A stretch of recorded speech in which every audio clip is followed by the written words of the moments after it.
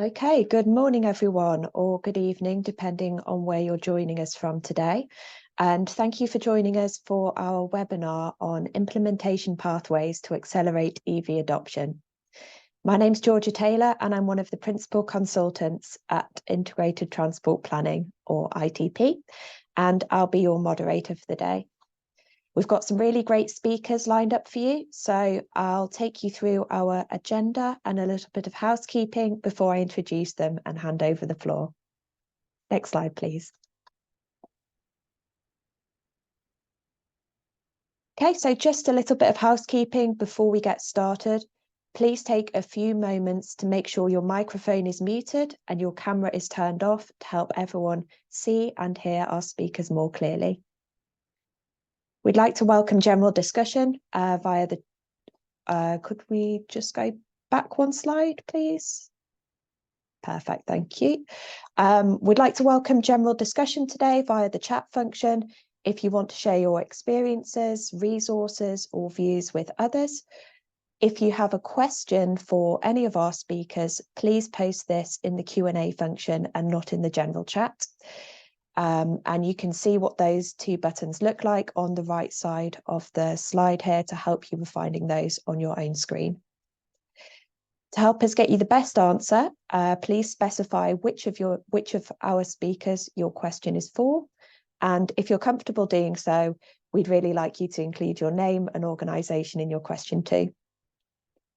We'll try to answer as many of your questions as possible during the Q&A session today. And finally, you should have had a notice when you joined, but just in case, our webinar today is being recorded and you will receive a copy of the recording after the session. Next slide, please. Our agenda for today. The session will last around 90 minutes, and we've got a really good mix of facilitated discussions, presentations, and Q&A sessions. So after a brief discussion from me, we'll move on to our first speaker facilitated discussion on lessons learned on the challenges and opportunities for implementing EV infrastructure in Europe and Asia, followed by a presentation on accelerating EV adoption through the use of technology platforms such as Volt, and a second facilitated discussion on maximising the value of EV infrastructure investment. We'll finish up with a Q&A today where the speakers will answer your questions before closing the session. Next slide, please. Before we get started, I just want to start by telling you a little bit about Integrated Transport Planning, or ITP, and our interests in EV adoption. Integrated Transport Planning, or ITP, is a world-leading multidisciplinary sustainable transport planning consultancy that's part of the Royal HaskoningDHV family. And our aim is to improve the way the world moves. Next slide, please. We have a global presence spanning multiple continents with over 6,000 professionals working across more than 30 countries and in more than 60 offices. And we have an interest in and considerable footprint in the international development sector, as well as projects closer to my home in the UK. Next slide, please. The diagram on the right side of your screen shows some of the many different disciplines of transport planning that ITP work within. But today our focus is on EVs, and ITP has been supporting our global clients in accelerating electric vehicle adoption for some time now, including supporting electric vehicle roadmap development in the Philippines and Mongolia, e-bus market diagnosis in Kazakhstan, decarbonisation of transport in Central Asia, e-mobility support and investment platform in Asia and the Pacific, and developing technology action maps for EV infrastructure in the UK. Today we're bringing together a global panel of global experts to discuss the challenges and opportunities for EV adoption across the world. Next slide, please. So I'd like to take a minute to introduce you to some of our speakers for the day. First, we have Moshe Zaman Mahmoud, Moshi is a technical director at ITP and has more than 17 years of global experience in the transport sector. He's ITP's global lead for e-mobility value proposition, and he's worked extensively on sustainable transport policy and planning, particularly in the e-mobility sector, in Asia, Middle East, Africa, Europe, and North America. Next, we have Tali Trigg. Tali works for the European Bank of Reconstruction and Development, and Tali is a principal in the Green Cities division. He's leading on the development of an e-mobility projects in the EBRD countries of operation. And Tali has 15 years of experience working in climate change and sustainable transport and energy across all continents. We have James Leather, the Chief of the Transport Sector Group at Asian Development Bank. He has 30 years of experience in the transport sector, working internationally with development organisations, governments, the private sector, and research institutes. He leads ADB's transport sector operations and oversees the strategic direction of ADB's knowledge, technical, and financial support on its developing member countries, private sector clients, and partners. We're also joined by Richard de Cam. Richard is a technical director at the Province of Gelderland in the Netherlands. As EV charging project leader for the Eastern Netherlands, he's responsible for facilitating and accelerating the rollout of public AC and DC charging infrastructure. Representing over 70 municipalities in the region, he's the chief of the Volt platform, which is one of the important tools in the planning and realisation of charging stations. Tom Fleming is an associate at ITP, and Tom has a background in new mobility policy and strategy development and design. He led the development of transport technology roadmaps for EVs, CAVs, urban transport, rail, water, and air, and he's leading the implementation of Volt, an EV localization planning tool. Next slide, please. So without further ado, I'm going to hand over to Moshi, who will be leading our first section with Tali and James on lessons learned from Europe and Asia. Over to you, Moshi. Thank you, Georgia. Thank you all for attending this webinar. Let me welcome you to this webinar for EV. It's great to see a lot of participants already. Yes, we want to talk about EV. Let's talk about EV. I think we have gone past the debate whether we need EVs or not these days. EV is not certainly the silver bullet that we need to tackle our climate crisis, but definitely, no doubt, it is one of the significant pieces of the puzzle. Now, today, our burning question is not whether we need EV or not. It is about how to implement, how to accelerate EVs in different emerging economies.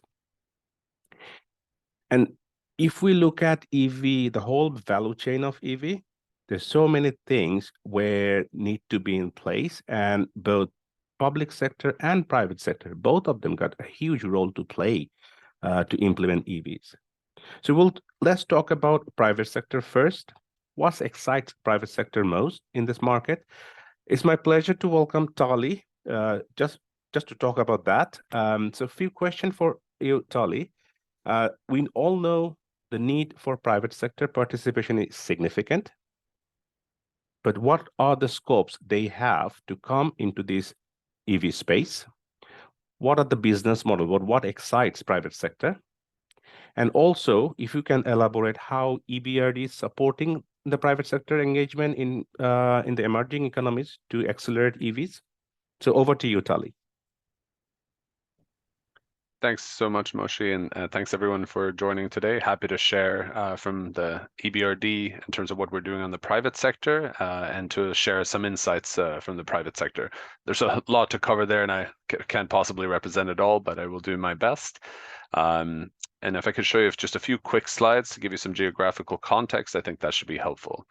So first slide, if that's possible. So just briefly, I'll try to visually, I won't speak much to the slides, but rather just visually show you a few things in terms of what we're doing on electric mobility. Next slide.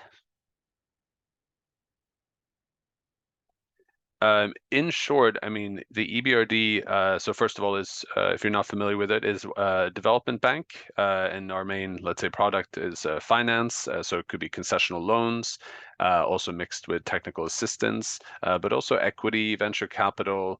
So we're really engaged with the private sector across the board, could be manufacturing down to charge point operators. What you see here in the three different columns, one is on e-mobility services. That's a lot where I think we're talking about today. We're looking at commercial fleets, private fleets, charge point operators. Traditionally, I think EBRD and perhaps others, but we've invested more in network electric, so rail-based transport, metro systems, network rail. But when it comes to battery electric, I think our bread and butter, so to speak, has been public municipal transit. So we've invested increasingly in electric bus fleets. Could be electric trolley bus or fully battery electric. But that's where, let's say, we've been learning when it comes to electric mobility, and we've been expanding since. We did in the last just 24 months, we did our first 2 electric taxi deals. And we also did our first electric logistics deal. And so to say something about the private sector there, and in terms of what we do, I think what's important to say is that for our first electric taxi deal, which was in Dushanbe, Tajikistan, which may not be where one would expect really interesting innovation to come from, but it is. A lot of our markets may not be as well represented, but we're seeing really exciting things happening there. So what we do is we try to provide a lot of, let's say, early mover support for these private sector participants who have a lot of questions about electric mobility. But for whatever reason, maybe it's a fuel price differential, maybe there's a climate commitment, they're interested. So we try to support them. We try to make sure, things go well. And then, so this can lead to replication and upscaling. And although it wasn't a straight line, I can say that that first deal helped pave the way for our second electric taxi deal, which was in Egypt, both private sector led. It helps pave the way. We're learning as a bank. So the first deal is the hardest, arguably, and then the second deal becomes a bit easier, and so on and so forth. And I think we try to engage with our private sector clients and municipal and public sector to kind of take them along for the ride, share the lessons we can, and improve operations. In the middle column, I'll just say very briefly, we do also policy and strategy support. Some similar work that ITP is doing, we are supporting. So for example, electric mobility strategy in Greece or Kazakhstan, we supported. And then as a bank, we really are looking at the whole value chain. On the right side, you can see we're looking at the energy side of things. We're looking at mining all the way down to battery recycling. And I think there's a lot of interesting stuff in between there that, let's say, doesn't get talked about so much in traditional context, but we're seeing more of it.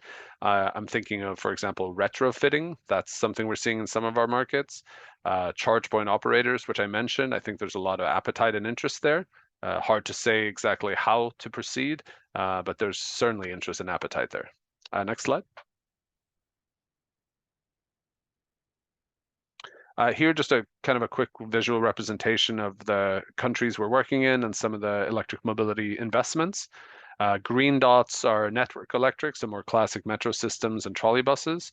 Yellow dots are more what we're talking about here today, battery electric, so fully electric buses, electric taxis or logistics. And also in our case, since we're looking at a lot of legacy systems with overhead lines, we also invest in electric trolley buses, by which I mean in-motion charging. So trolley buses which have an additional small battery, which can allow for autonomous range of, for example, up to 20 kilometers.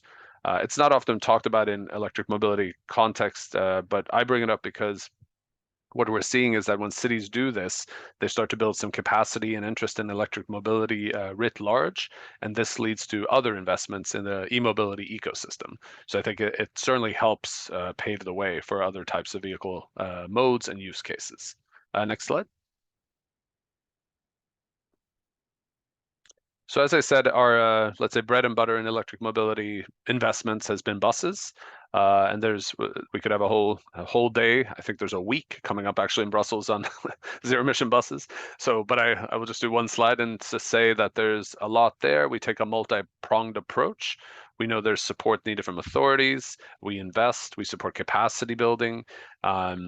We at the bottom there, you can see through our flagship program in EBRD called Green Cities, we work with municipal authorities to support, be it performance service contracts, capacity building, but also these kind of, let's say, frameworks, which is what our Green Cities program is. It's a good opportunity to engage a city because you bring in stakeholders from across the board. And we really do think that that's what's needed for a cross-cutting topic like electric mobility. So to give you a very concrete example, when you're investing in electric buses, one of the biggest issues is the grid connection and to the depot and whether or not that is even technically viable, what the lead time is, how much does it cost, things like this. And if you have the utility and the energy sector involved from the beginning, it just makes things so much easier and more predictable. And that's what I think everyone's looking for. At the bottom there, I wanted to share, we published a paper 2 years ago looking at zero emission buses, and that's available in English, Russian, and even Spanish. We collaborated with the UITP and GIZ, and I think that's looking at choosing electric, and now we're starting to move towards using electric to understand what the best practices are in terms of implementation and operations. So we'll be happy to share that eventually as well. Next slide. So just to wrap up from my side, so when it comes to, let's say, key success factors and the way forward, I think I mentioned bringing in the energy sector at the outset is one, so integration. Another one is frameworks. We think there's a lot of potential with sustainable urban mobility plans or green city action plans to foster this cross-sectoral dialogue, which we think is quite needed to electric mobility. As Moshe was saying, we're not here to talk about replacing, one drivetrain with another. Electric vehicles are part of the solution, and so we want to think about the full ecosystem, where it fits in, how it fits in. Some of the emerging trends below, I think you've all seen a lot of, let's say, graphs, sometimes too optimistic perhaps, but just battery costs are coming down, efficiencies coming up. And this is good, but often the key is the how implementation. And I think that's where we're trying to focus a lot of our support. Private sector are often asking, how do we do this? Not necessarily which technology. That almost oddly seems easier.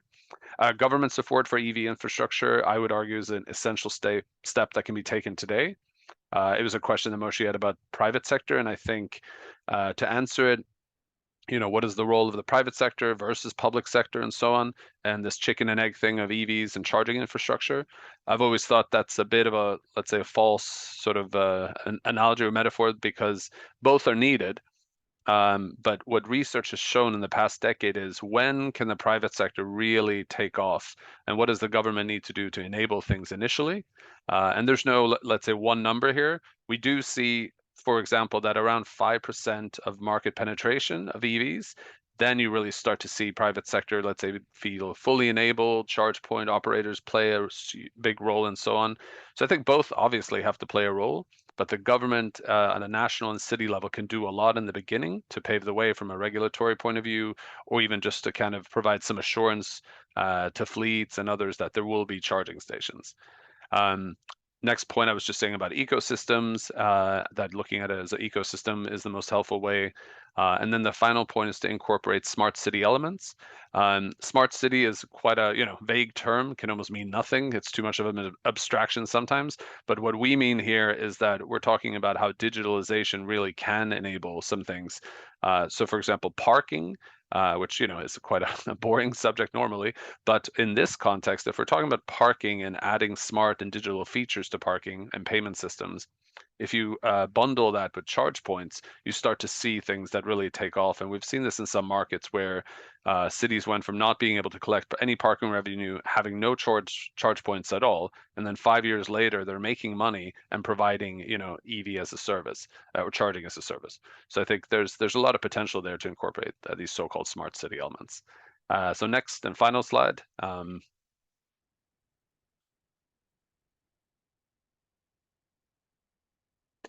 So yeah, again, I'll stop from my side, but just to say, I hope that provides a bit of an overview, both visually where we're working, and to say that there's a lot of appetite from the private sector. There's a lot of excitement across the board, not just in charging infrastructure, but more niche things, even like electric maritime or retrofitting. But fleets is also another big one we've been working on increasingly. So happy to tell you more during discussion. Thank you. Thank you so much, Tali. I really like the term that you mentioned, choosing electric. We are moving from choosing electric to using electric. So this is what's happening, how to accelerate, how to kind of get the EV rolled out rather than kind of still debating about whether we need EV or not. Another thing that I really picked up, that public sector, they have a really big responsibility to create that environment, a conducive environment where private sector and other players can come in. And this is where I'm going to go to James Leather. It's my pleasure to bring James Leather here to talk about the public sector engagement and also what are the implementational challenges of EV in the emerging economies that you see. We did receive a nice question about policy from our audience. What balance is needed between national and the local policy in this sector? How they can be cascaded down from the national level to local level? And I want to add another question to James that similar to Tali, that what are the priorities that ADB have in supporting EV acceleration in the emerging economies? So over to you, James. Thank you very much. Thanks for the invitation. Let me try and package the first part on the implementation challenges. Let me try and package those in the positive. What's the positive aspects and what may be the harder aspects as well. In the positive, I want to start off by saying that the vehicle types, the distance traveled, the types of trip are quite different in many developing parts of Asia than they may be in the more developed North America or European examples. And just to put that in perspective, our estimate is around 95% or higher of worldwide road-based e-vehicles are in the Asian region. This is because of the huge dominance of two-wheelers, three-wheelers, which is orders of magnitude larger than the four-wheelers. So on the positive side, what can be brought in to implement e-vehicles? The smaller vehicles means that the cost is lower because the battery requirements to propel those smaller vehicles is much less. So the sort of tipping point, the business case for two three-wheelers compared to four-wheelers or heavier vehicles has already been reached. Also, a lot of the production in the area, two-wheelers, three-wheelers, but a number of four-wheelers, particularly coming out of the People's Republic of China. So the vehicles are produced within this region. The final positive, trip distances are usually a lot shorter than they may be in Europe or North America. So that range anxiety is less of an issue. If you're traveling in urban areas, you're likely to find a charger or be able to get home if it's a private use or back to your depot. But on the flip side, long distance buses or trucks, if that power supply is not uniform across the network or the charging infrastructure is not there, then clearly that's not just that's a barrier rather than an anxiety to those. The final thing perhaps on the positive side is that there has been quite a long history, and I said a lot of the production is in this part of the world, and perhaps they're less tied to their combustion engines as individual choices. I noticed your slide, ITP has done an awful lot of work across almost everywhere in the Asian region, which is great to see. Nepal, I saw, was one gap in your map, maybe Nepal and Bhutan, but Kathmandu Valley at one point had the largest number of e-vehicles anywhere in the world with their SAFA tempos. That was about 20 odd years ago, before e-vehicles were really a thing. So there has been quite a long history. And I think we're all aware that some public transport operators in China are doing 100% electric bus fleets. It's not sort of a trial of a set number within the broader thing. It's on the whole side. So there are a number of positives on implementation in these developing economies. Perhaps the harder areas, policy. there is a clear lack in that policy. And as we heard from Tali, the policy allows the decision making to be more certain in those. So that's a significant gap in many, but not all. People, Republic of China, India, Vietnam, Thailand, some others of the developing economies are starting to set quite clear guidelines with relations to decarbonization generally, but e-vehicles in particular. The charging infrastructure I meant, and also being able to access the range of vehicles in all our markets is a problem. And the final point on the harder part, the age of the vehicles, so the in-use vehicles. Some of the trucks are 30, 40 years old that we see on the roads around Southeast Asia. We can set policies for new vehicles, but how will we deal with the second-hand vehicles? And we've been working with UNEP on potentially second-hand vehicles flooding the developing economies from the developed economies when they set more stringent policies and retire those vehicles early. Then do we have similar strict policies to avoid those vehicles being dumped? I don't like to use the term dumped, but if they're on-sold as new vehicles into the developing world and start a life for another 30 years as a highly polluting ICE vehicle, there is that point. In terms of the national local, I think India is setting a good example here. The central government has set quite clear objectives, and how those objectives will cascade down through the states and at the city level. But given what I said earlier, that the policies are to a large extent in their infancy with regards to e-vehicles, the national local debate, very strong policy in People's Republic of China, good policy at the national trickling down to the local level in India, but the vast majority still need a lot of support to develop the climate change components in transport policies and vice versa, putting transport into their climate documents, their NDCs and LTSs.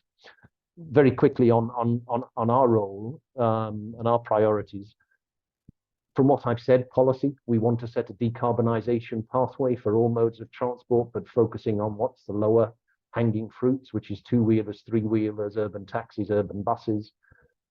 Monitor what's happening on other road transport, let's say fruit slightly higher up the trees, the trucks, the long-distance buses, but also keeping an eye on second-hand vehicles across those modes, as well as aviation and maritime, so we can look at a full decarbonisation policy strategy and look at all the tools in the toolkit. I would say we've done about 21 financial assistance now for e-vehicles. The majority have been in our private sector arm, and where they've been done on sovereign support, again, as we heard from Tali, it's primarily been in public transport, and here I'm talking road-based. I'm not including in those 21 projects rail-based electrification, but bus systems more on the sovereign side, because we're looking at public transport reform, franchising mechanisms with e-vehicles. But our private sector colleagues have been doing a lot more in terms of vehicles and more innovative, say, e-ferries in Bangkok as another form of transport. I hope that answered. I think you put 3 questions. Hopefully that's provided the response to the 3 of them. But I see the very positive uptake in the region, but the policy is required, and we do have some concerns of how do we get this in-use vehicles out, considering there is a tendency to hang on to the vehicles a lot longer than there may be in other parts of the world. Thank you.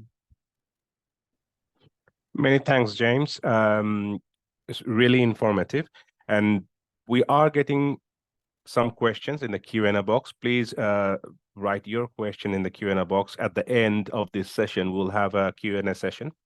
So we'll try our best to go through all of the questions if possible. So I'm going to hand it over to Georgia now for the next session. So over to you, Georgia. Yeah, thank you again, James and Tali. They were very interesting presentations. It's great to hear about your experience, and investment in charging infrastructure is undoubtedly a critical building block in the rollout of electric vehicles. And of course, there's some tools out there that can help us make informed decisions on where we roll out charging infrastructure. So on that note, let me invite Tom Fleming from ITP to talk about a tool called Volt. Next slide, please, and over to you, Tom. Thank you very much, Georgia. So welcome everybody. I'm Tom Fleming, Associate at ITP. I'm going to be talking to you today about optimizing the layout of EV charging infrastructure and the role that Volt, which is a tool developed by ITP's parent company, Royal HaskoningDHV, can play in that question. Very quickly, very simply, 10 minutes from me. Cover 3 items: why plan for EV charging, what is Volt, and how can it help? So next slide, please. So why plan for EV charging? It sounds like a pretty simple and obvious question. It probably is, but the development of EV charging networks is often less planned than you may intuitively think. Often EV charging networks, they emerge organically in response to known demand, and therefore tend to be biased a little bit towards EV purchasing behavior. The planning question is all about maximizing customer utility while minimizing the number and cost of EV charging assets. So it's a bit of a trade-off. It's about providing the right type of charger in the right location at the right cost. And you can only really optimize if you take that strategic vision-led approach. So a few important considerations for EV charging planning are listed on this slide. Next slide, please. So typically, the development of EV charging networks begins as a reactive process. That could be reactive to user requests, or it could be in terms of home charging. It could be users sort of buying and installing chargers themselves, but it's quite ad hoc. The benefit of a reactive process, of course, is that the demand for the charger is practically guaranteed. If someone's investing their own money in it, they're probably going to use it. But the downsides are that it can kind of bake in a bit of inequality that we tend to associate with EVs and car ownership, and it's also very or it can be very slow. So in order to respond adequately to the scale of EV charging infrastructure needed, cities in particular need to take the initiative and turn to a vision-led strategic planning approach. We can call this proactive design. Proactive design would be crucial to enabling us to scale up EV charging infrastructure and deliver net zero. And proactive design tends to flow from having an EV charging strategy, which is the other important thing to note. Next slide, please. So to support our clients with the transition. Volt. Sorry, I was going to say, to support clients with the transition from reactive to proactive design, we have developed Volt, and this video is a bit of an introduction to Volt. So please press play.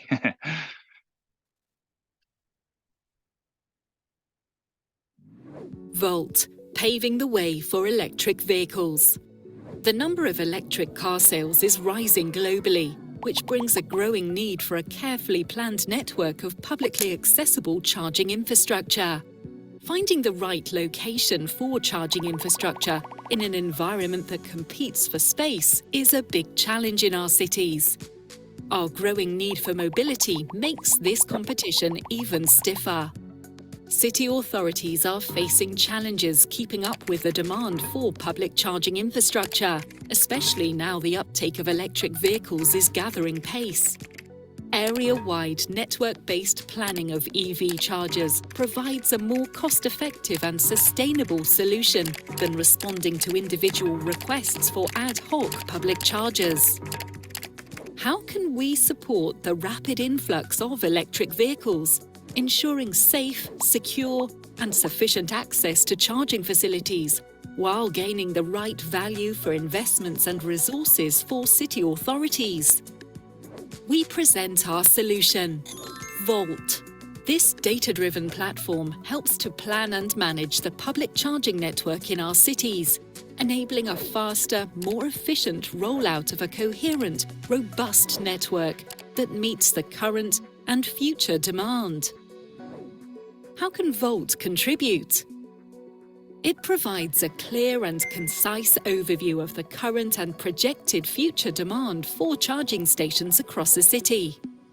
It helps to find the most optimal set of locations for charging stations by a data-driven algorithm which can be tuned to local preferences and knowledge. It helps city authorities to test various charging scenarios, to test new opportunities and alternatives. It helps to shift away from an ad hoc and reactive approach to a more proactive, coordinated approach to EV chargers planning. Electric vehicles can bring benefits such as increased sustainability, improved livability, and significantly reduced pollution levels, ensuring cleaner, greener air in our cities. With Volt, local and regional authorities are able to fast-track the transition to more sustainable mobility. Get in touch and request a demo.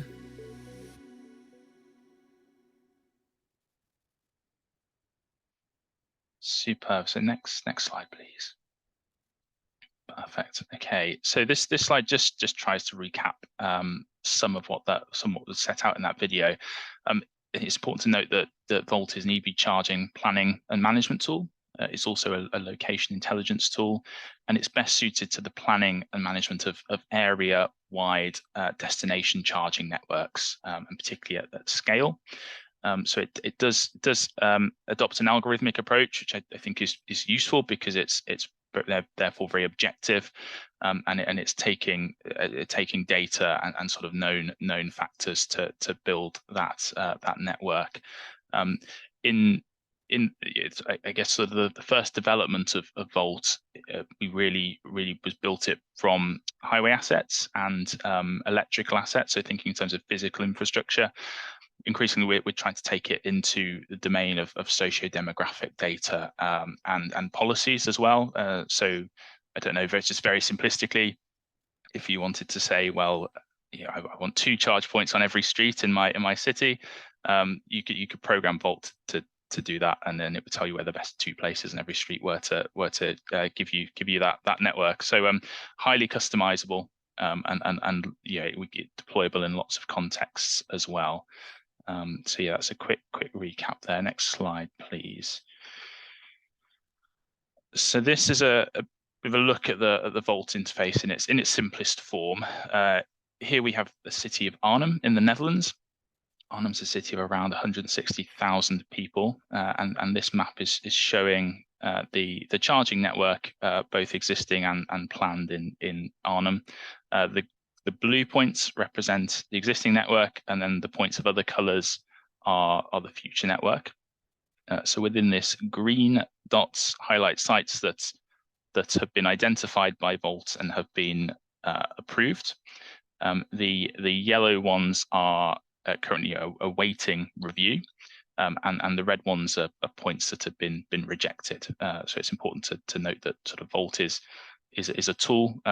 It's using an algorithm. It's not possible to get sort of there'll be factors beyond the data that's coded into Volt that we know that will just mean that certain sites won't come forward for one reason or another. Some of which won't be technical, some of which might be political or stakeholder driven. But it's this shows kind of really good sort of acceptance of also really good validation, I guess, of the algorithm that Volt uses. Next slide, please. So just building on that, around 70% of charge point locations initially identified by Volt in the Netherlands were successfully implemented. So this plays to that balance of red to green, sort of accepted to rejected sites. We think this is pretty good. And the key benefit of Volt, of course, is that you're doing this at scale. So if you were planning reactively and somebody raises a request for an EV charging EV charge points, it's not necessarily that they're going to be, although they want one, the site might not be feasible. So what Volt does is it gives you high quality of output and delivers at pace and at scale as well. Next slide, please. So just to highlight the real kind of usefulness of Volt and the value of Volt in the Netherlands, the market it was initially developed for. So currently we know that 50% of municipalities in the Netherlands use Volt. We believe we can grow that to 80% by the end of next year. Netherlands is a country of 125,000 EV charge points, when 17 million people. So that compares to the UK where I am, where we've got 50,000 charge points and 67 million people. So that's quite a gulf there, and you can really see and sort of begin to understand the value that Volt has as a tool in supporting that acceleration of EV charging and uptake of EVs more broadly. Next slide, please. Okay, and just finally, this slide outlines the kind of five stages to Volt adoption. So if you're a government entity or you're representing a government entity, this slide sort of explains how we would work with you to deploy Volt. We're not here to hard sell anyone Volt. If it's going to work, or if it's not going to work for you, we'll tell you. But if your question is destination charging at scale over an area, there's a good chance that it might be useful. And yeah, the key market for Volt really is that destination charging planning piece. So yeah, thank you. Next slide, please. Fantastic. Yeah, and if anyone wants to know more, please get in touch. My details are on the slide. I'll hand back to you, Georgia. Okay, thanks, Tom. It's been really interesting to hear how Volt can support the rollout of charging infrastructure. And it's great to hear about the positive impact it's been having in the Netherlands as well. So do get in touch with Tom if you'd like to learn anything more about Volt. And over to the next slide, please. Okay, so I'm now going to hand over to Moshi and Richard to take us through the next session on maximising the value of EV infrastructure investment. Over to you, Moshi. Thank you, Georgia. So yeah, from Tom's presentation, as you can see, area-wide charging planning is quite important. But the thing is here, how do we get the best value of our investment in rolling out EV chargers? Definitely a knowledge-based platform or tool such as Volt can help decision maker to make the well-informed decision. Now, my pleasure to invite Richard de Camp from Gelderland, who is a user of Volt as well, but mainly to talk about the issues around charging infrastructure planning. So, Richard, how can a well-informed charging infrastructure planning process maximize the value for money of investment from your experience? And also, what do you think in terms of what are the key influencing factors in determining public charger locations? So over to you, Richard. Thank you, Moshi. Thanks for the invitation. Welcome, everybody. Short introduction maybe first. My name is Richard de Camp. I work for the Province of Gelderland in the Netherlands, and representing, in fact, 77 municipalities in the 2 provinces that work together on this area. We help them out in rolling out public regular chargers and fast chargers and charging infrastructure. And we've indeed chosen to use a platform like Volt. We've, in fact, using Volt itself, we're Volt users, to plan infrastructure, do that in a proactive way, as Tom explained. Even more proactive because we are already realizing infrastructure without concrete demand, so doing that based on forecast. But we also use the tool to have at least all the locations planned already. So as soon as demand comes in, an inhabitant wants a public charger requests for it, we know where to put it. And that is a bit of an answer to your question, Moshi. So the importance of planning the infrastructure is that we want to make sure that as soon as we start realizing charging locations, we don't want to run into issues that we could have foreseen. So we combine on the one side the forecast of EVs and therefore the required charges with the technical restrictions in the municipalities. So and that's the power of a tool like Volt. So we look at the position of the low voltage network. We look at the availability of parking spots. We make sure that the ground we're putting on, we're realizing on, is public ground. Otherwise, you're not allowed to. And the combination of those two results in a planning of infrastructure for the coming years.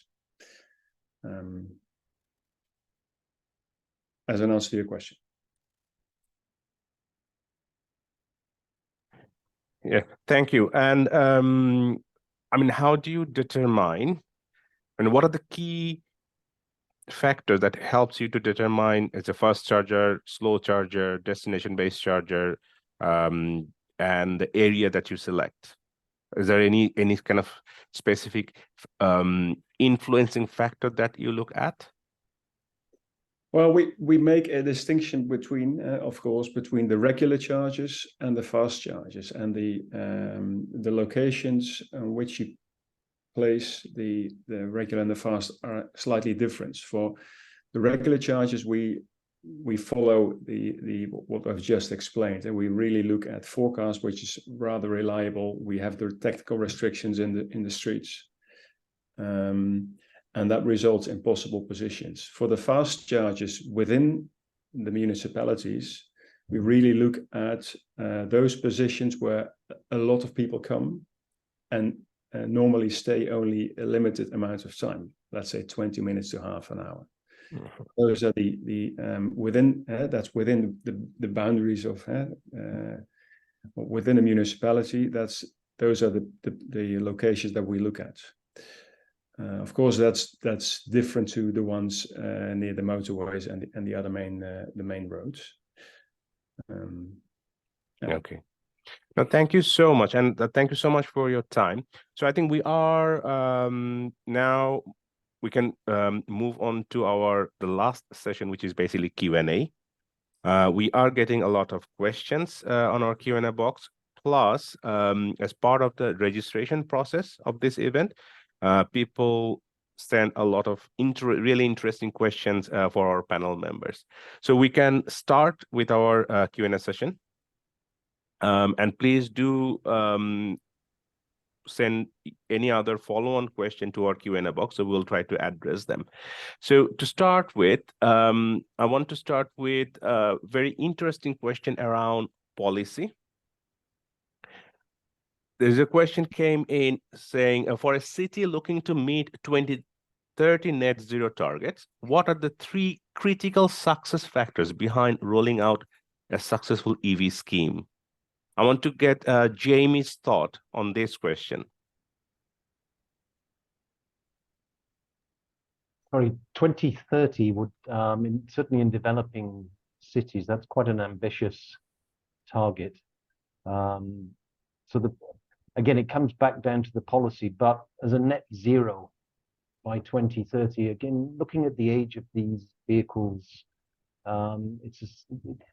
it's all very well setting that 2030 for new vehicle purchase, but the retirement of those vehicles for a full transport system net zero by 2030, we are looking something more 2050 and beyond, to be honest, which may not fit well with those that are calling for a net zero 2050, but just the realities are that 20-30-year-old vehicles are on many of the developing economies' streets, and to try and put in buyback schemes for those is going to be a significant challenge as well. So sorry, not answering the 2030 question, but clearly what is required 2030, 40, 50, whenever that net zero target may be set, it's the policy.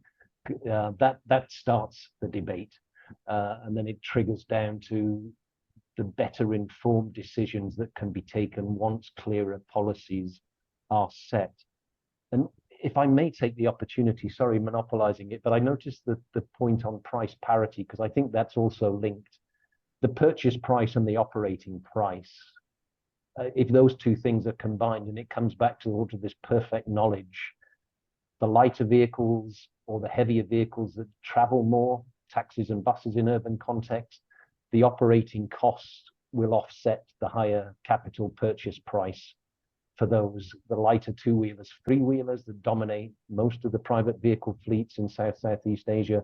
That price parity, or the tipping point between combustion engines and e-vehicles, has already been reached if you look at more of the life cycle cost. But pure knowledge and assessment of those and personal preferences may not follow that pure economic or financial assessment. Thank you. Thank you. Yes, and this 2030 debate about 2030, 2040, or 2050, it's got a lot to do with the readiness of that country. I mean, how ready they are to kind of roll out. Because the thing that you mentioned, the supply chain, a certain country is quite heavily dependent on another country's supply chain. Therefore, whether they use ICE or they will end up having secondhand EVs, will depend on the supply chain. So it is difficult to get a kind of correct answer whether it's 2030 or 2040, but this is more like ambitious target, that where I want to be, where that country wants to be during that period. Thank you so much, James. Then I'm moving on to the next question. Is the electrification of commercial passenger and freight fleets a faster and more certain strategy for the decarbonization of the road transport sector compared to personal and private vehicles? I want to get Tali's view on this. It's basically freight and passenger mass transit against personal private vehicles. So Tali, what's your view? Which will be a lot faster to achieve? Sure. Well, I think to bounce off something Jamie was saying, that we shouldn't view the sector, let's say, monolithically. It's not just going to be a switch. And I think it's a good question, and I think there's a lot to be said for this kind of usage pyramid. That which is used most gets usually shorter payback periods. The OPEX will outweigh the higher CapEx, hopefully. So I think there's a lot of potential for fleets, and that's why arguably we as a bank have seen our first opportunities in fleets. It might be leasing makes more sense. It's a little less risky for them. They have better overview. When you own 100 vehicles, you can kind of do more research, more capacity development. You understand more what you're getting into.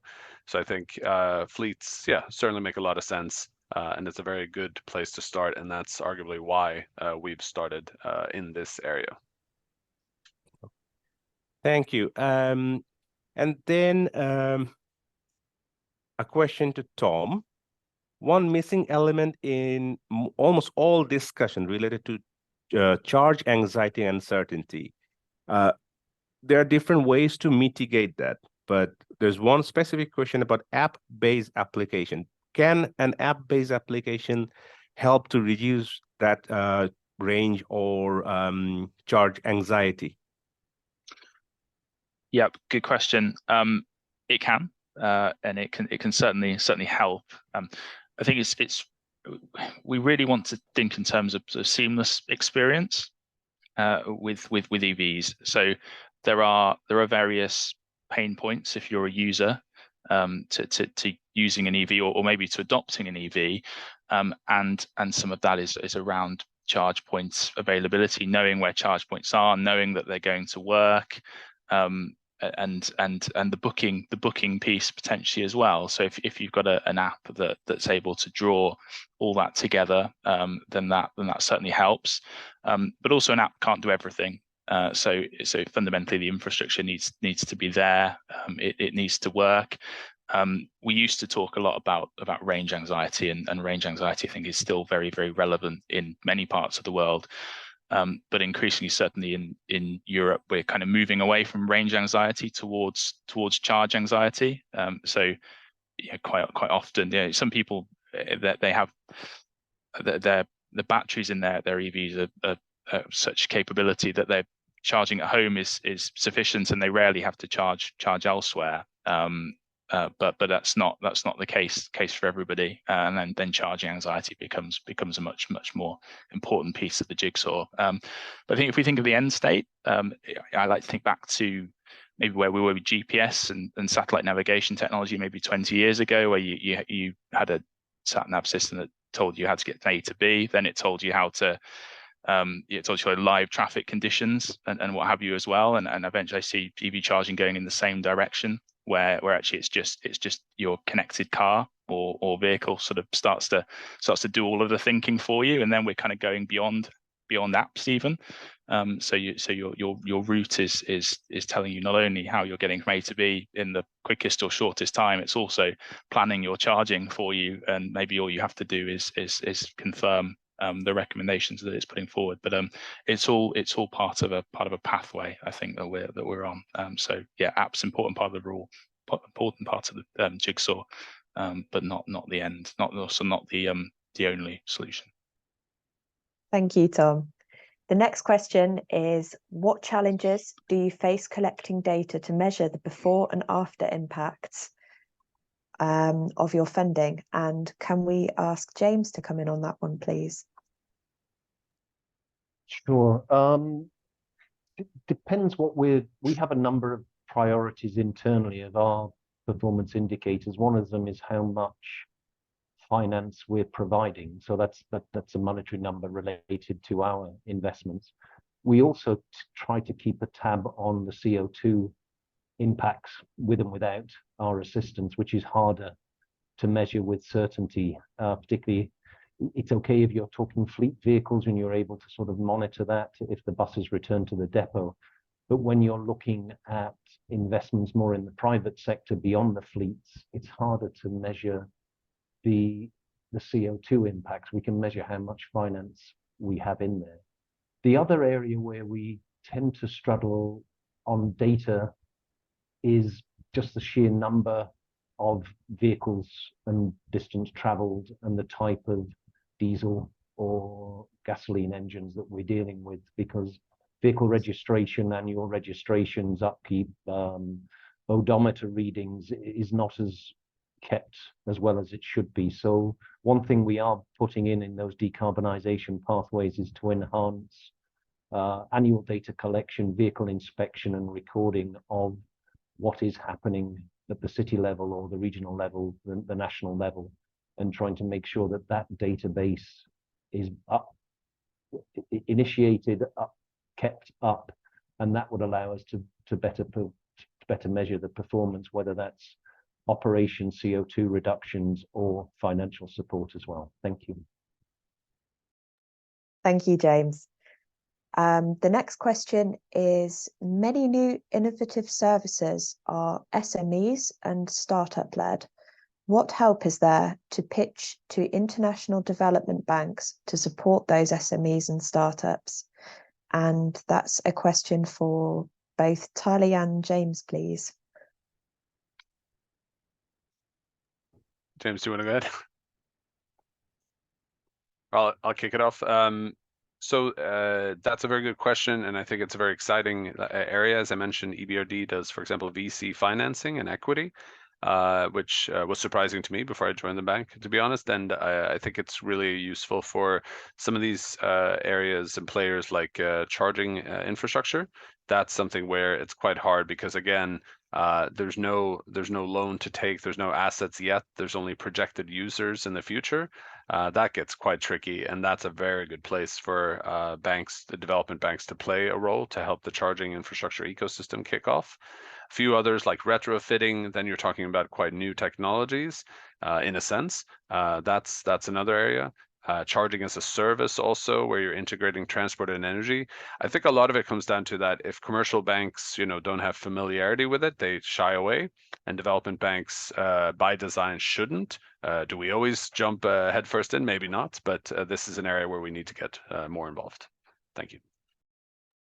Just to add to that, on the SME side, fully agree. If we're looking at fleet vehicles, it's fine. If we have supported vehicle manufacturing, and when we're looking at two-wheelers and particularly more on the three-wheelers, that is a sort of paratransit, so it is a public transport mode or a delivery mode. We have also insisted that there is local production facilities established as well, because it's not buying a typical family vehicle from the large automobile manufacturers when you're looking at the two three-wheelers, or the converting a two-wheeler to a three-wheeler. So we have been supporting directly some international e-vehicle manufacturers in the region that are selling worldwide, but we've also, where we are looking at those more localized vehicles, particularly the three-wheelers, we've been looking at local production and enhancement as well, support of SMEs. Thank you. Thanks both. The next question is, to what extent will current charging infrastructure that is being deployed at the moment become obsolete or capable of upgrade as battery and vehicle technology continue to develop rapidly? And that question's come in for Tom. I'm sure Tom will be able to give us some insight from the UK. If any of the other panelists want to come in with any international experience there, we'd also welcome that. Thank you. Thanks, Joshua. Another really good question. Yeah, obsolescence. I guess obsolescence is always a risk to some extent or another. But I feel increasingly confident, but more confident than before, that actually I think what we need is a mix of charging technologies. And so when we think of some of the maybe charging technologies that came forwards earlier, particularly thinking in terms of upstanding charge point infrastructure, actually a lot of that's really good and has lots of benefits, and that's partly why it came forward so quickly. And then some of the newer technologies are really trying to solve problems that type of charging infrastructure couldn't already address. So in the UK, we've had issues with sort of terraced streets without sort of off-plot parking, and there's some really innovative charging methods coming forward there. And I think what we need is a mix, and ultimately I think it's the bigger risk is that not having enough charging infrastructure is going to be the constraint on demand, rather than worrying too much about whether one piece is no longer going to be used or another. I think if we can develop that network as quickly as possible, scale that up as quickly as possible, and we may well run into other constraints, such as those related to the energy network. But I think there's also an asset life cycle question, a kind of product life cycle question. So if you've got an EV charging infrastructure and maybe it's got a product life of 10 years, let's say, at that point you've got an opportunity then to upgrade it anyway, and as long as sort of procurement and what have you is set up in the right way, that provides you with that. I know there was some discussion in the chat about sort of whether vehicle batteries are just going to become so good that you realistically aren't going to need to charge at places other than home, for example. But I think with that one, it's important to recognize that some of the higher performance vehicles, the batteries are also very expensive. And so you're always going to have a range of kind of battery qualities, a range of different ranges, and therefore a range of different types of charging infrastructure that's going to be needed to service the different types of electric vehicles that are on the road as well. So there are lots of angles, but I feel that obsolescence is probably less of a risk for me in my mind than it maybe was before. Thank you, Tom. That was really good. I'll pick up the next question, and this is quite interesting. It'll be interesting to hear from Richard, to see a public sector perspective. The question is, petrol filling stations have always been run by private companies. That's true. Why is it seems that EV charging has to be run by national or local government? Because I think there is a notion that public chargers, local authorities, so be in the UK or elsewhere, local authorities or national government are quite responsible for rolling out EV chargers. So do you agree with that, Richard? Yeah. In Holland, I must say I don't agree with this, because, for example, the the regular charges, already 50% of them, 50% of the publicly available regular charges is put on private ground. So that's one side of it. On the other side, the charges that are realized on public grounds are hardly ever paid for by local government or regional government. The construction that we have in Holland is that the ground is made available to charge point operators. They do the investment, they pay for the maintenance, they take the risk, and yes, they also earn the money. So I also saw a question coming by on funding.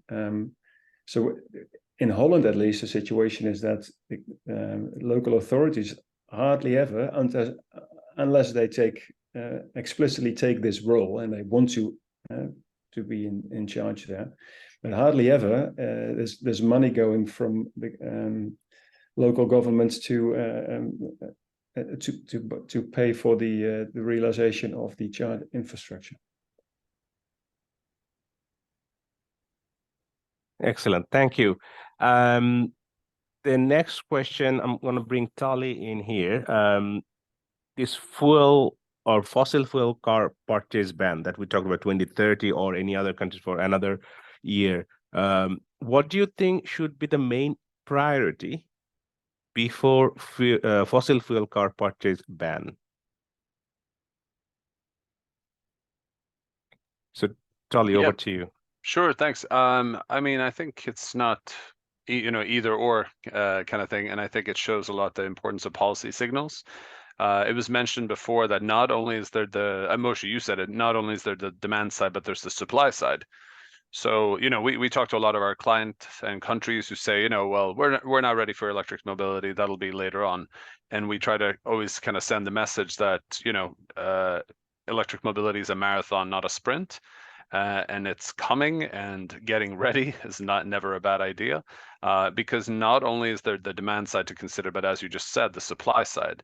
So I'm sure we've all seen these quite interesting maps of list of countries and regions which are phasing out fossil fuel vehicles.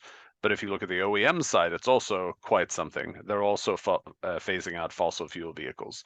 So there's also the supply side to consider, what it means in terms of getting things ready for secondhand markets. So in our countries, some of our countries have, for example, 95% of vehicles sold are, secondhand imports. What does that look like when you go electric? And we have one country which is quite interesting, which is Jordan, which has quite a high number of imported secondhand Nissan Leafs. So we've been following kind of developments there closely as a case study to understand what's going well, what to keep in mind. And the government there was initially had an exemption for it to kind of kickstart the market, and then there was huge uptake. So I think we're trying to pay attention to these early lessons there. To answer the question a little more straightforward, I mean, yes, that's a very good idea, or that's a high level way to do it, and that's happening. What should be done before? I think a lot more can be done on charging infrastructure. I was reading some research for China, which has arguably the most experience so far with deployment. And what they found was that between 2010 and 2020, I believe it was, deploying charging infrastructure per dollar was 4 times more efficient than consumer subsidies. And I bring that up because I do think this, when we talked about optimization of charging infrastructure deployment and siting and so far, it's an endless discussion, but I do think there's something to be said for, let's say, a bit of a safety blanket. In other words, to let consumers understand and fleet owners and so on that this is where things are heading. And I'm not saying we should just deploy and hope for the best, not at all. That's the opposite of today's discussion, but rather just to say that it's a very good, I think, investment to look at charging infrastructure, because it seems like intuitively somehow direct consumer subsidy would be better. And a lot of European countries have already phased these out. But in some of our countries, they're looking at, okay, well, what's the first step we can take? Where can we support things? And we often say that a lot of times it's regulatory. Deploying a charging infrastructure may not even be legal. So you need to make it simply legal, pave the way, and that sort of thing. So for me, a lot of the focus should be on charging infrastructure, which, as we heard today, takes a variety of forms. Thank you. All right. Thank you. Thank you so much. The next question we received that, do you think the rollout of EV will be fast enough to make the impact necessary, the impact that we are expecting? We are talking about the climate change, there is a target to reduce global warming. Given the current appetite to change different cultures and funding models, so I want to bring in James here to respond this. Different funding models available to roll out EVs, how to accelerate the adoption. So do you think, in your opinion, will we get the impact that we are expecting from these initiatives? Simple answer, yes. We have seen a significant change. Okay, the numbers are small, but as we've seen, they can grow and are growing incredibly rapidly. With that policy, and I think the two things that have come out of this discussion, clear policy, the charging infrastructure to allow that to happen, will accelerate that change. Yes, there is a number of issues. I keep mentioning the in-use vehicles and how those are retired out. But I think that the decision point, the hard economics of this, private individuals or SMEs, they will make better informed decisions. And as battery prices come down, for the smaller type vehicles or the high use, comparative costs, operation and CapEx, OpEx, that decision will become somewhat of a no-brainer. It will happen. In terms of the time frame, I was sort of edging towards the 2050 as opposed to the 2030 in many of our developing economies. That's an issue. The other issue I would stress is that the lighter vehicles perhaps emit less than the heavier vehicles, and the technologies, and I noticed there's a couple of questions been put on higher up that tree, the longer distance buses or trucks. Is EV the right part? Those, particularly on the freight side, they are the ones that are emitting more CO2 than private vehicles within urban areas as a whole. The reason they're higher up the tree, because those technologies are not yet really there. Is electric trucks the way forward, or are there other forms of zero emission powertrains that could be used in longer distance trucks? The reason they're higher up the tree, either the vehicles are just too expensive, or it may not be the most suitable technology. So there are some big holes, particularly in the big emitting types of road-based transport, that need to be addressed, and really accelerating the technology. I'm always a bit of an optimist, just looking at the way that the private vehicles, smaller two-wheelers, three-wheeler, four vehicles, the battery prices have come down with those investments. I think the acceleration for all forms of road-based transport will also accelerate significantly in the next 10, 15 years. So the decision point for new purchase will happen, has happened, and will increasingly happen. How we phase out the in-use vehicles to reach that net zero, that's going to be a challenge as well. Thank you. Thank you, James. The next question is, do many local authorities in the UK apply for grants from the bank, or is it mainly for the private sector? How do UK local authorities get involved? And that's a question for Tom, please.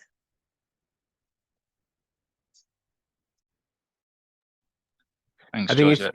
yeah, Tom, if you can elaborate. Plus, I also want to bring Tali to respond. Tom, Yep. go ahead. And after that, Tali, if you can also respond to this question.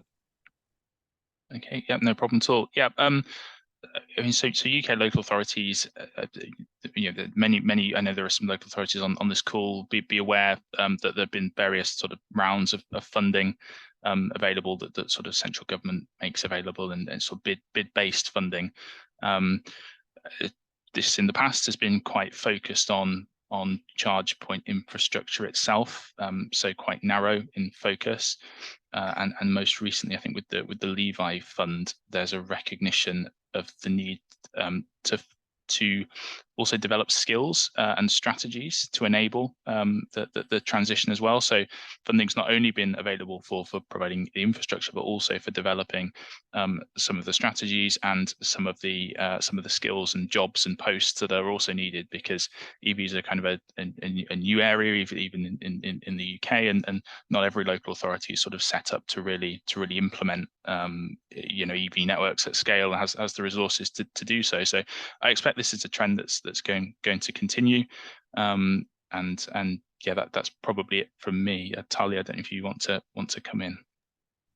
Yeah, well, so I can't say too much about UK, despite us being based in London. We are focusing, after all, on Eastern Europe and Caucasus, Central Asia, North Africa, Middle East. But with that said, I mean, our flagship program is Green Cities. We focus on local authorities there, and so absolutely, that's really who we engage with often. On the UK side, what we can say, because we're based here and the UK has a lot of progress in the area, we try to tap into UK know-how. So I will say that. So often we have local authorities come on study trips, and it won't be just a TfL or London, but it'll be to smaller municipalities or towns to kind of share best practices, and always, I would say, with an eye towards implementation versus, let's say, technology choice. Thank you. Thanks both for your answers on that. The next question is open to all panel members, and it starts with a statement. I think you will get a widespread adoption of electric vehicles only after a comprehensive nationwide charging infrastructure is in place. Do you agree?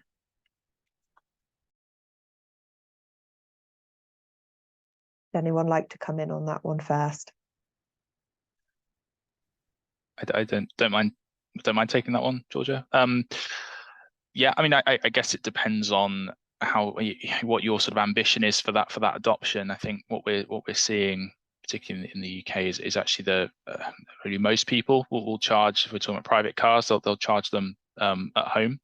So if that accounts for 80-90% of their charging needs, then having that sort of public infrastructure is less of a barrier to adoption from that perspective. But then there's also lots of people who are traveling longer distances, who are going away from home, who the range of their trips is going to be longer than their battery might last. And we also have to think that batteries also degrade over time and become less the duration that you can travel, the sort of out of the box range that your car manufacturer might quote you will reduce as well. So there's lots of, and it comes back to this range anxiety and confidence question, and providing people with certainty. So yes, a national network in any shape or form for any country is really important to facilitate, to maximizing adoption. But I think the home charging piece is probably the most, or has been the most important thing to get right initially, and then the absence of a national charging network really becomes more of a constraint, particularly when we talk about the ambition of targets and net zero and everything, and that from that side as well. It's really important that we do all get that one right. Maybe I'll jump in and just echo. I think it's a good question, and I think in a perfect world, that's definitely what we'd want. But as Tom's saying, I think some of the first natural uptakers are those who are home charging, because it's simply easier, more accessible. We're also looking at fleet owners, again, because they have high usage, so shorter payback periods.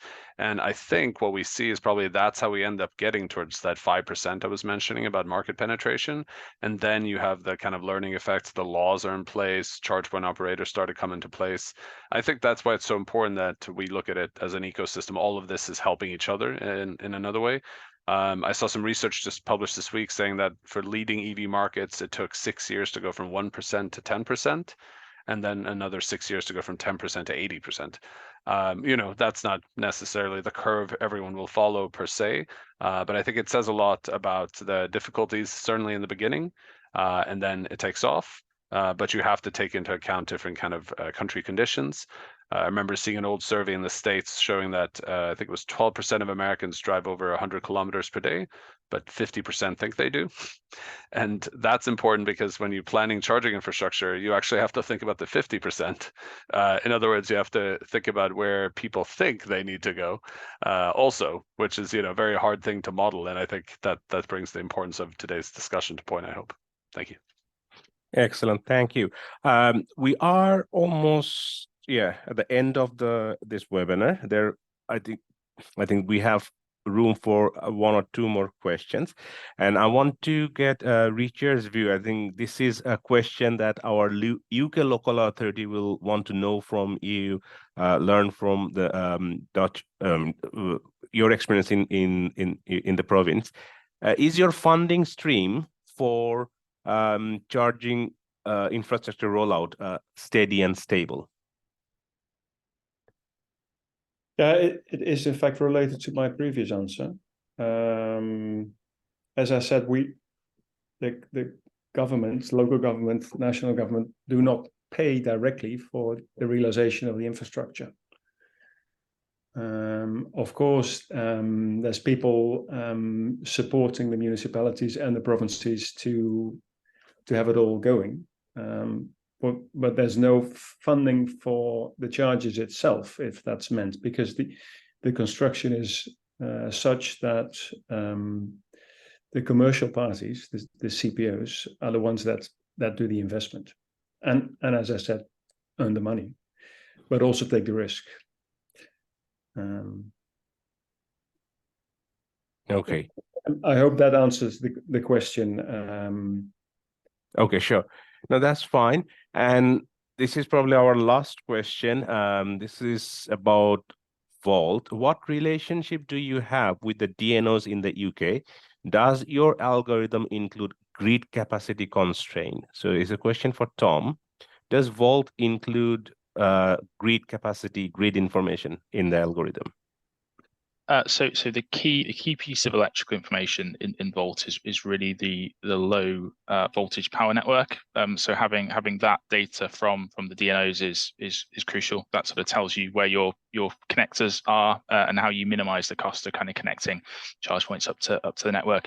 In terms of the capacity, we do know that's a constraint in many areas. If that data exists, we can plug it into Volt, and Volt, as I say, is highly customizable. It really depends on what each client would want Volt to do and deliver for it. So I don't think it's in there at the moment, but it could be is probably the answer to that question. Yeah, I can add a little answer to this one, because my experience is that information is not available in a map or so, or in a layer that you can import in your Volt system. So what we use is indeed the low voltage network, sometimes with mistakes, which is very frustrating, because then you think you have found the right spot, and then during realization you find out it's a lot further away from the network because that cable was not. So talking about experiences, make sure that you have the best grid information available in your tooling, otherwise as I said, you'll run into issues later on. But information about capacity, very, very relevant subject in the Netherlands at the moment, probably everywhere, but at least in Holland, it's a big issue. Not so much on the low voltage, on the slightly higher level, the medium and the high voltage. But that information is not so easy to import and take into account, because it always has it requires discussion with the network operator for a specific location, because there's all kinds of dependencies involved.